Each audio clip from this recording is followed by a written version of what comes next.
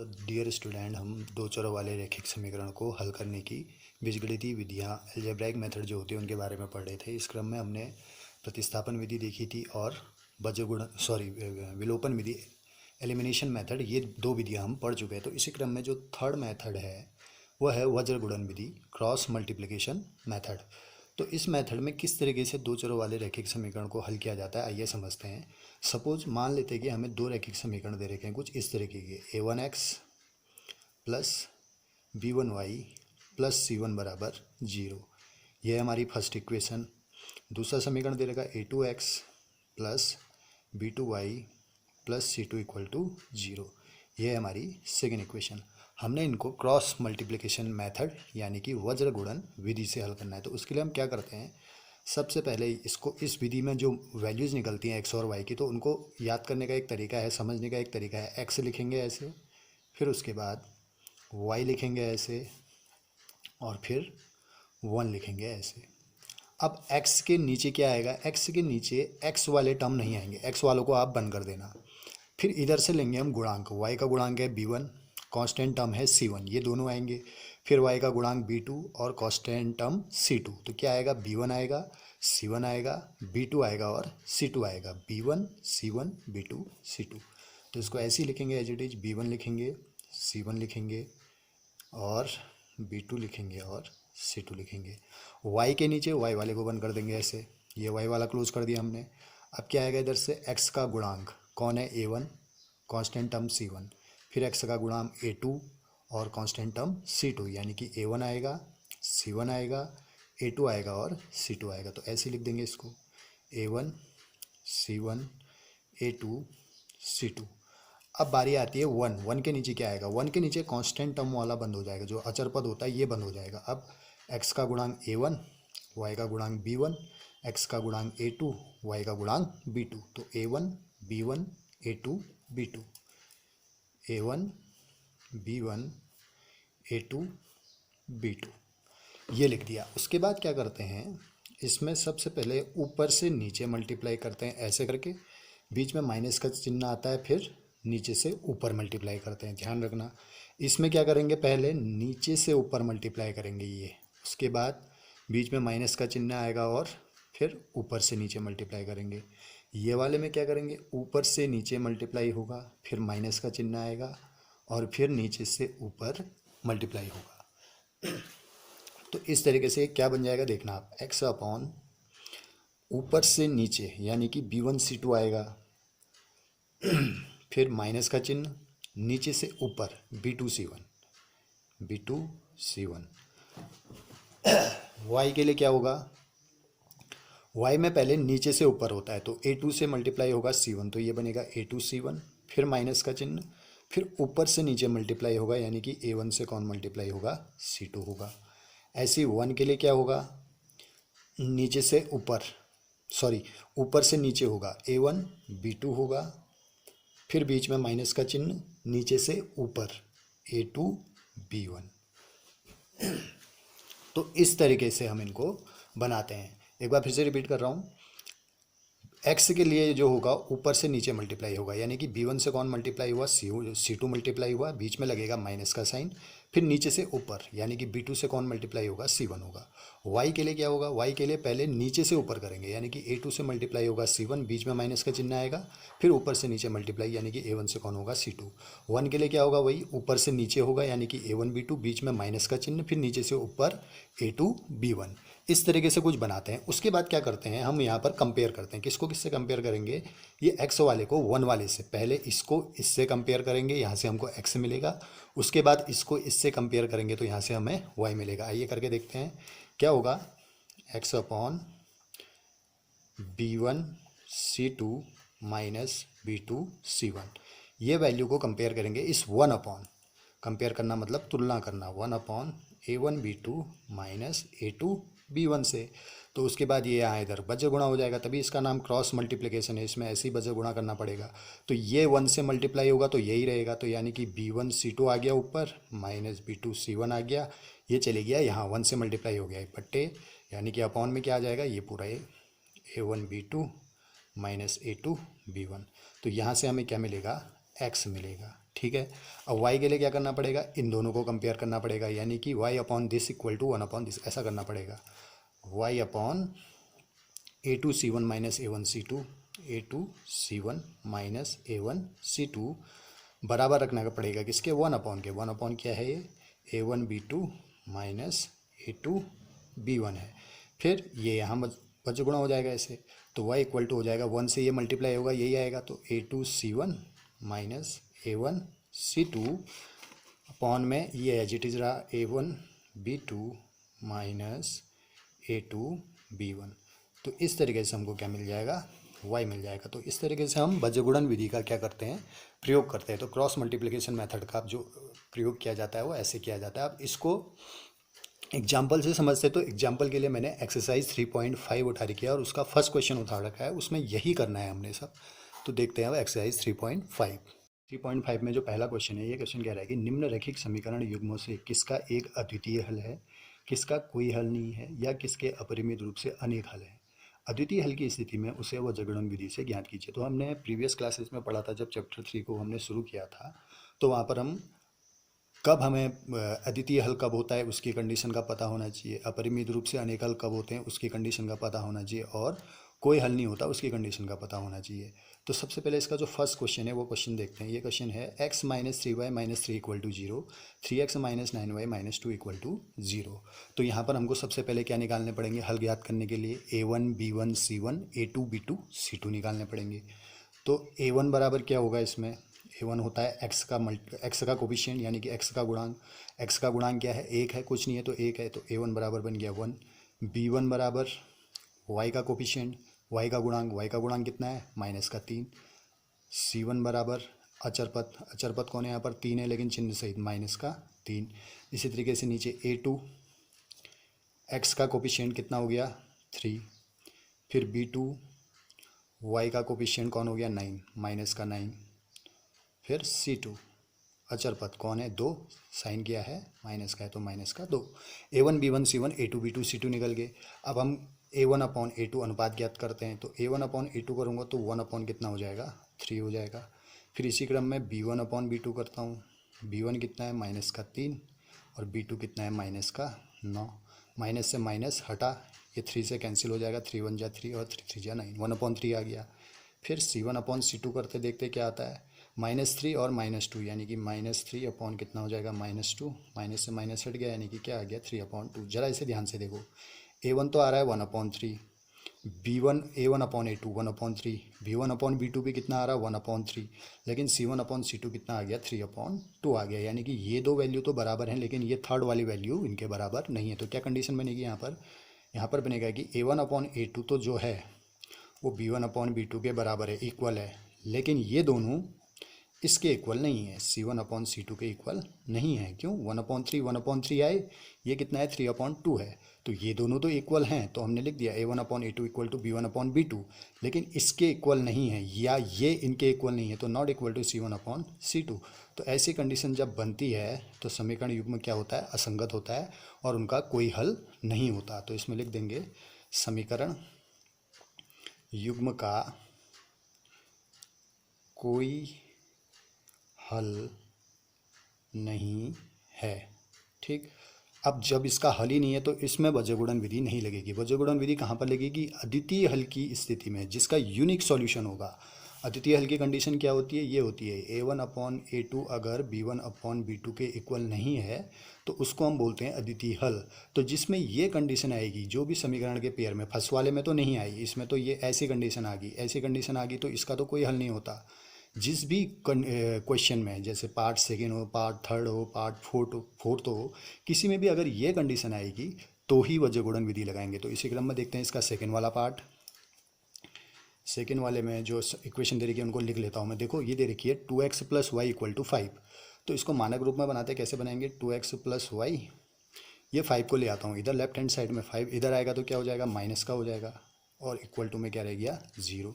ऐसे सेकेंड वाला 3x plus 2y, ये 8 को ले आते हैं इधर, 8 इधर आएगा तो क्या हो जाएगा, माइनस हो जाएगा, क्योंकि राइट हैंड साइड में 8 का साइन क्या है, प्लस है, जिसके आगे कोई साइन नहीं होता प्लस बोलते हैं उसको। अब ये इक्वल टू के इधर ला रहे हैं, यानी कि पक्षांतर कर रहे हैं, पक्षांतर करने पर क्या होगा, इसका ट्रांसपोज करने पर 8 इधर आएगा तो माइनस का बन जाएगा, यानी कि ये हो जाएगा 3x प्लस 2y माइनस का 8 और इक्वल टू में क्या रह जाएगा 0। ये बन गई हमारी इक्वेशन। अब फिर से वैल्यू निकालो। a1 बराबर x का गुणांक 2, b1 बराबर y का गुणांक कुछ नहीं है तो इसका मतलब 1, c1 बराबर अचर पद कौन है माइनस का 5। ऐसे ही a2 निकालेंगे, x का गुणांक 3, b2 निकालेंगे, y का गुणांक 2, c2 निकालेंगे, अचर पद कौन है माइनस का 8। अब अनुपात लेते हैं, रेशियो लेते हैं, यानी कि a1 अपॉन a2। a1 कितना है 2, a2 कितना है 3, तो 2 अपॉन कितना बन गया 3। b1 अपॉन b2 करते हैं, ये कितना है 1, ये कितना है 2, तो 1 अपॉन 2। और c1 अपॉन c2 करते हैं, ये कितना है -5, ये कितना है -8, माइनस से माइनस हटा 5 अपॉन 8। अब जरा देखना, a1 अपॉन a2 आया 2 अपॉन 3, b1 अपॉन b2 आया 1 अपॉन 2। क्या ये दोनों इक्वल हैं? नहीं है। तो यहाँ पर कंडीशन क्या बनी, a1 upon a2 not equal to b1 upon b2। इसलिए समीकरण युग्म कैसा बना, ये संगत बना। समीकरण युग्म संगत है और समीकरण युग्म का क्या होगा, ऐसे में एक अद्वितीय हल होगा। अद्वितीय हल की कंडीशन यही होती है, समीकरण युग्म का एक अद्वितीय हल होगा। अब जब एक अद्वितीय हल है यानी कि यूनिक सॉल्यूशन है, तो वहाँ पर लगाओ कहा था क्वेश्चन ने, कौन सी मेथड, वज्र गुणन विधि या क्रॉस मल्टीप्लिकेशन मेथड। तो आइए अब उस मेथड को लगाते हैं, देखेंगे कैसे लगाएंगे। वज्र गुणन विधि, वज्र गुणन विधि ये लगेगी यहाँ पर। तो उसके लिए वही, सबसे पहले x अपॉन, फिर y अपॉन और फिर 1 अपॉन। x के नीचे x वाले टर्म नहीं आएंगे, बंद कर देते हैं। तो क्या बचा, y का गुणांक देखो 1, -5, 2, -8। y का गुणांक देखते हैं, अचर पद देखते हैं, फिर y का गुणांक देखते हैं, अचर पद देखते हैं। y का गुणांक है 1, अचर पद -5, 2 और -8। तो 1 आएगा, माइनस का 5 आएगा, 2 आएगा और माइनस का 8 आएगा। y के नीचे y वाला नहीं आएगा, तो y वाले को बंद कर देंगे ऐसे। ये बंद कर दिया हमने। अब क्या देखेंगे, इधर x के कोफिशिएंट देखेंगे। x का गुणांक कितना है 2, अचर पद -5। फिर x का कोफिशिएंट यानी कि x का गुणांक कितना है 3 और अचर पद -8। तो क्या आएगा 2, -5, 3 और -8। लिख देते हैं फिर इसको ऐसे ही, 2, -5, 3, -8। 1 में अचर पद वाला नहीं आएगा, इसको बंद कर देते हैं। अब गुणांकों को देखो, कोफिशिएंट को देखो। x का गुणांक 2, यहाँ y का कोफिशिएंट 1, तो 2 आएगा, 1 आएगा। यहाँ x का कोफिशिएंट 3, y का कोफिशिएंट 2, यानी कि x का गुणांक 2 है, यहाँ y का गुणांक 1 है, यहाँ x का गुणांक 3 है, यहाँ y का गुणांक 2 है। तो क्या आएगा 2, 1, 3, 2। तो लिख देते हैं ऐसे 2, 1, 3, 2। इतना कर दिया। उसके बाद क्या करेंगे, गुणा, वज्र गुणा, तिरछा गुणा। तो सबसे पहले ऊपर से नीचे होगा, फिर नीचे से ऊपर होगा। x के लिए ऐसे ही होता है। तो x के लिए क्या होगा, ऊपर से नीचे 1 से कौन मल्टीप्लाई होगा, माइनस का 8। 1 से -8 को मल्टीप्लाई करोगे तो -8 आएगा, बीच में लगता है माइनस। फिर नीचे से ऊपर 2 से -5 मल्टीप्लाई होगा, 2 5 जा 10, लेकिन माइनस का 10। तो नीचे से ऊपर मल्टीप्लाई किया तो कितना आया, माइनस का 10। उसको मैंने ऐसे ब्रैकेट में लिख लिया क्योंकि बीच में भी माइनस का चिन्ह है। अब y के लिए क्या होगा, y के लिए रूल जो है नीचे से ऊपर होता है पहले। तो 3 से -5 मल्टीप्लाई होगा, कितना आएगा, माइनस का 15। फिर बीच में माइनस लगता है, फिर ऊपर से कहाँ होता है, नीचे होता है। तो 2 8 जा कितना बनेगा, 16 बनेगा। 2 8 जा 16 बना, सही है। अब ये 8 किसका है, माइनस का है, तो ये कितना हो जाएगा, माइनस का 16। ऐसे ब्रैकेट में लिख लेते हैं इसको। अब बचा 1, तो 1 के लिए क्या होगा, 1 के लिए वही रूल है, पहले ऊपर से नीचे, यानी कि 2 2 जा कितना आएगा 4, फिर माइनस लगाएंगे नीचे से ऊपर, 3 1 जा कितना बनेगा, 3 बनेगा। ठीक, तो इस तरीके से हमने ये निकाल दिया। अब उसके बाद इनको सॉल्व करते हैं। तो x अपॉन कितना हो जाएगा, देखना, ये है माइनस का 8, माइनस माइनस प्लस 10, तो -8 + 10, 10 में से 8 माइनस हुआ, कितना आएगा 2, तो x अपॉन 2। वैसे ये क्या बनेगा, -15 तो है, माइनस माइनस क्या हो जाएगा, प्लस हो जाएगा। ये तो -15 + 16, -15 + 16 जो होता है वो कितना होता है, 1 होता है। तो कितना आ जाएगा 1। ऐसे ही 1 के नीचे क्या आ जाएगा, 4 - 3 कितना हो गया, 1। इतना सॉल्व हो गया। अब क्या करेंगे, कंपेयर करेंगे, बोला था पहले x को इसके साथ कंपेयर करते हैं, यानी कि x अपॉन 2 इक्वल टू लिखेंगे क्या, 1 अपॉन 1। तो ये 2 इधर मल्टीप्लाई हो जाएगा, तो इसका मतलब x इक्वल टू क्या हो जाएगा, 2 से 1 मल्टीप्लाई हुआ 2, नीचे रह गया 1, 1 का डिवाइड 2 में दोगे कितनी बार, 2 बार। तो x इक्वल टू कितना आ गया, 2। अब y को कंपेयर करेंगे इससे, इनको कंपेयर करेंगे। तो y upon 1 equal to 1 upon 1, y upon 1 equal to 1/1, ये 1 को ऐसे क्रॉस मल्टीप्लाई कर लेना इधर, y इज इक्वल टू 1 1 जा हो गया 1, नीचे हो गया 1, 1 का डिवाइड 1 में दोगे कितना आएगा, 1 ही आएगा। तो y इक्वल टू कितना आ गया, 1 आ गया। तो x की वैल्यू क्या निकली 2 और y की वैल्यू क्या निकली 1 निकली। तो इस तरीके से क्रॉस मल्टीप्लिकेशन मेथड यानी कि वज्र गुणन विधि से हम क्या करते हैं, रैखिक समीकरणों को सॉल्व करते हैं, लीनियर इक्वेशन को सॉल्व किया जाता है। और इस क्वेश्चन में जो फर्स्ट वाला क्वेश्चन है ना, ये इस क्वेश्चन में वज्र गुणन विधि वहीं पर लगाना जब ये कंडीशन मिले। देखो पहले क्वेश्चन में हमने देखा कि ये कंडीशन नहीं मिल रही थी तो कोई हल नहीं था तो छोड़ दिया। सेकेंड क्वेश्चन में हमने देखा कि ये कंडीशन मिल रही थी, a1/a2 not equal to b1/b2 था। ऐसी कंडीशन जब होती है तभी समीकरण युग्म का अद्वितीय हल होता है, यानी कि यूनिक सॉल्यूशन तभी होता है। तो उसके बाद हमने क्या लगाई, वज्र गुणन विधि लगाई। तो इसका क्वेश्चन नंबर 3 और क्वेश्चन नंबर 4 तो आप लोग खुद कीजिएगा। थर्ड में भी ये 20 को इधर लाके माइनस का 20, 40 को इधर लाके माइनस का 40 बनाना, फिर a1 b1 c1 a2 b2 c2 निकालना। उसके बाद रेशियो देखना, यानी कि a1/a2 निकालोगे, b1/b2 निकालोगे, c1/c2 निकालोगे। अगर वो ऐसा आ रहा है यानी कि a1/a2 not equal to b1/b2 आ रहा है तो वज्र गुणन विधि यानी कि क्रॉस मल्टीप्लिकेशन मेथड लगाना। अगर वो ऐसा आ रहा है तब तो समीकरण युग्म में संगति नहीं होती है, इसका कोई हल नहीं होगा। अगर वो इस तरीके का आ गया a1/a2 equal to b1/b2 equal to c1/c2, तो इस कंडीशन में क्या हो जाता है, इसके अनेक हल हो जाते हैं, इनफाइनाइट सॉल्यूशन हो जाते हैं। संगत तो होता है समीकरण का, लेकिन इसके अनंत हल हो जाते हैं। तो वहाँ पर भी वज्र गुणन विधि नहीं लगानी है, वज्र गुणन विधि केवल इस कंडीशन में लगानी है। तो क्वेश्चन नंबर 3 और 4 आप लोग खुद कीजिएगा। देखते हैं हम इसका क्वेश्चन नंबर 2। इसमें भी 2 पार्ट है। फर्स्ट पार्ट क्या है, ए व बी के किन मानों के लिए निम्नलिखित समीकरण युग्म के अपरिमित रूप से अनेक हल होंगे, अनेक हल होंगे, अपरिमित रूप से अनेक हल होंगे। उसकी कंडीशन क्या होती है, a1/a2 बराबर b1/b2 बराबर c1/c2। जब ऐसा होगा तभी तो अपरिमित रूप से अनेक हल होते हैं, जिनको हम अनंत हल भी बोलते हैं। तो इक्वेशन क्या क्या दे रही है कि 2x + 3y इक्वल टू 7, इतना इतना इतना इक्वल टू इतना। तो हम क्या लिखते हैं, दिए गए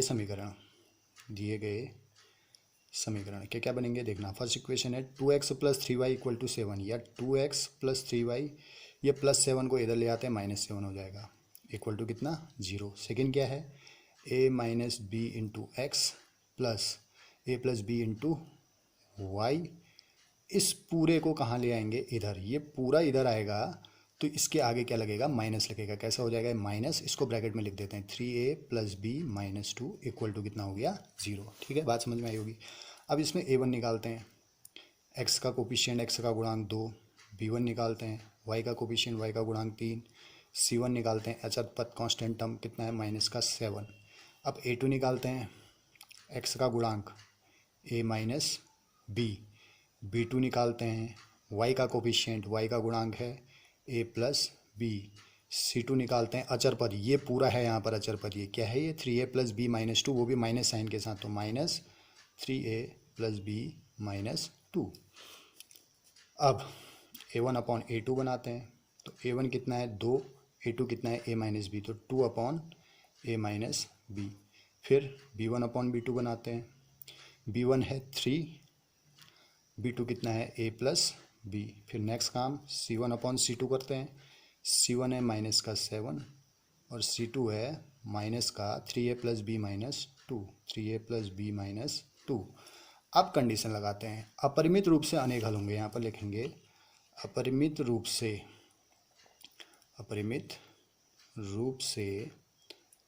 अनेक हल होंगे जब क्या हो, a1/a2 equal to b1/b2 equal to c1/ क्या हो c2 हो, यही कंडीशन होती है। तो a1/a2 कितना आया था, 2/a - b आया था, b1/b2 कितना आया था, 3/a + b आया था, c1/c2 क्या आया था, ये माइनस से माइनस हट जाएगा, तो ये आया था 7/3a + b - 2 आया था। अब यहाँ से हमको क्या करना पड़ेगा, कंपेयर करना पड़ेगा, कोई तरीका नहीं है। तो फर्स्ट वाले को थर्ड वाले से, इन दोनों को कंपेयर करते हैं। यहाँ से भी कंपेयर करने के बाद इक्वेशन बन के आएगी, थोड़ा लेंदी क्वेश्चन है, ध्यान से देखना। 2/a - b को कंपेयर किया मैंने किसके साथ, 7/3a + b - 2 इसके साथ। तो ऐसे क्रॉस मल्टीप्लाई करते हैं, तो 2 से मल्टीप्लाई होगा कौन, 3a + b - 2, 7 से मल्टीप्लाई होगा कौन, a - b। क्या बनेगा, अंदर मल्टीप्लाई करो, 2 3 जा 6, यानी कि 6a प्लस 2 से b मल्टीप्लाई हुआ 2b माइनस लगेगा 2 से 2 मल्टीप्लाई हुआ कितना हो गया 4। ऐसे इधर 7 से a मल्टीप्लाई होगा 7a माइनस 7 से b मल्टीप्लाई होगा 7b। अब हमने क्या बनानी है, इक्वेशन बनानी है। इक्वेशन कैसे बनाते हैं, कांस्टेंट को एक साइड रखते हैं और यहाँ पर जो वेरिएबल है, यहाँ पर वेरिएबल कौन है, a और b हैं। कोई ज़रूरी नहीं है कि x और y आपका क्या हो, वेरिएबल हो। तो अब a और b वालों को एक साथ रख लेते हैं, यानी कि 6a को उठा के ले जाते हैं इधर, इसी तरीके से 2b को उठा के ले जाते हैं इधर। तो लेफ्ट हैंड साइड में क्या रह जाएगा, माइनस का 4 रह जाएगा। 7a अपनी जगह ठीक है, ये माइनस का 7b भी अपनी जगह ठीक है, प्लस का 6a उधर गया, माइनस का 6a, प्लस का 2b उधर गया, माइनस का 2b। क्या बना देखते हैं, -4 इक्वल टू 7a, ए वालों को एक साथ रखेंगे तो 7a माइनस 6a, यानी कि 7a में से 6a माइनस होगा कितना बनेगा, a 1a यानी कि a। फिर माइनस का 7b और माइनस का 2b, ये दोनों माइनस के हैं तो ऐड हो जाएंगे, माइनस का कितना बन जाएगा 9b। तो फर्स्ट इक्वेशन क्या बनी, a, या इसको ऐसे भी लिख सकते हैं a minus 9b equal to कितना, माइनस का 4। ये होगी इक्वेशन नंबर 1। अब क्या करेंगे, इसको इसके साथ कंपेयर करते हैं। 3/a प्लस b को कंपेयर करेंगे किसके साथ, 7/3a प्लस b माइनस 2 के साथ। फिर बिल्कुल ऐसे ही होगा, 3 से मल्टीप्लाई होगा नीचे, 3 से मल्टीप्लाई होगा 3a प्लस b माइनस 2 पूरा, ये मल्टीप्लाई होगा 7 से, तो 7 से मल्टीप्लाई होगा a प्लस b। अब अंदर मल्टीप्लाई 3 3 जा 9, तो 9a प्लस 3 से b मल्टीप्लाई हुआ 3b माइनस 3 से 2 मल्टीप्लाई हुआ 6, 7 से a मल्टीप्लाई हुआ 7a प्लस 7 से b मल्टीप्लाई हुआ 7b। अब कांस्टेंट एक तरफ, वेरिएबल एक तरफ, तो 7a को इधर ले आते हैं, 7b को भी इधर ले आते हैं और -6 को उधर ले जाते हैं। तो कैसा हो जाएगा, 9a अपनी जगह रहा प्लस 3b भी अपनी जगह रहा, ये 7a इधर आएगा तो ये माइनस का बन जाएगा, 7b भी इधर आएगा तो माइनस का बन जाएगा, इक्वल टू -6 उधर गया तो प्लस का 6। 9a माइनस 7a, 9a में से 7a माइनस होगा 2a बनेगा, प्लस का 3b माइनस का 7b, तो प्लस माइनस हमेशा माइनस होता है, तो 7b में से 3b माइनस होगा कितना आएगा 4b, वो भी किसके साथ, माइनस के साइन के साथ, 3b minus 7b equal to कितना रह गया 6। ये बन गई हमारी दो इक्वेशन। अब पहली इक्वेशन बनी है a minus 9b equal to -4, second बनी है 2a minus 4b equal to 6। इन दोनों को हम एलिमिनेशन मेथड या एलिमिनेशन मेथड से भी इनको सॉल्व कर सकते हो, सब्स्टिट्यूशन मेथड से भी सॉल्व कर सकते हो और क्रॉस मल्टीप्लिकेशन मेथड से भी सॉल्व कर सकते हो। ये आपके ऊपर डिपेंड है, आप इसको किससे सॉल्व कर रहे हो। क्या क्या बनी है इक्वेशन, फर्स्ट इक्वेशन बनी है a minus 9b equal to -4, और जो सेकेंड इक्वेशन बनी है 2a minus 4b equal to 6, 2a minus 4b equal to 6। ये फर्स्ट है, ये सेकेंड है। तो मैं आपको इसको एलिमिनेशन मेथड से बता रहा हूँ। एलिमिनेशन मेथड में क्या करना पड़ता है, पहले गुणांक देखने पड़ते हैं। यहाँ a का गुणांक 1, यहाँ b का गुणांक -9, यहाँ a का गुणांक 2, यहाँ b का गुणांक -4। गुणांक समान नहीं है, गुणांक समान नहीं है तो गुणांक समान बनाने, यानी कि कोफिशिएंट को इक्वल बनाना पड़ेगा। कैसे बनाएंगे, देखो हम b का भी बना सकते हैं, हम a का भी बना सकते हैं। a का बनाना ज़्यादा सही है क्योंकि यहाँ a का गुणांक कितना है 2 है, तो समीकरण 1 को, इक्वेशन फर्स्ट को किससे मल्टीप्लाई कर देते हैं, 2 से मल्टीप्लाई कर देते हैं। तो कैसा हो जाएगा, 2 से a मल्टीप्लाई होगा 2a माइनस 2 9 जा 18, 2 4 जा 8। ये होगी हमारी थर्ड इक्वेशन। फर्स्ट को हमने 2 से मल्टीप्लाई कर दिया, सेकेंड वाली को ऐसे लिखते हैं 2a minus 4b equal to कितना 6। ये कौन सी है, ये है सेकेंड इक्वेशन।